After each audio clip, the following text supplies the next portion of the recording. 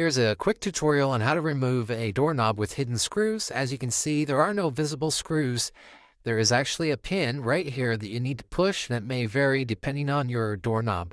So we're going to push this particular pin with a flat blade screwdriver. If your doorknob has a round pin, you may need something pointed instead of a flat blade screwdriver. But we'll give it a little push, and then the knob will slide right off.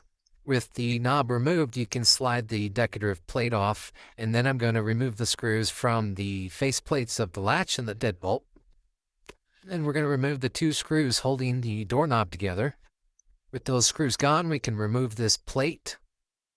And then once that plate is removed, we can wiggle the doorknob free and then pull the latch out.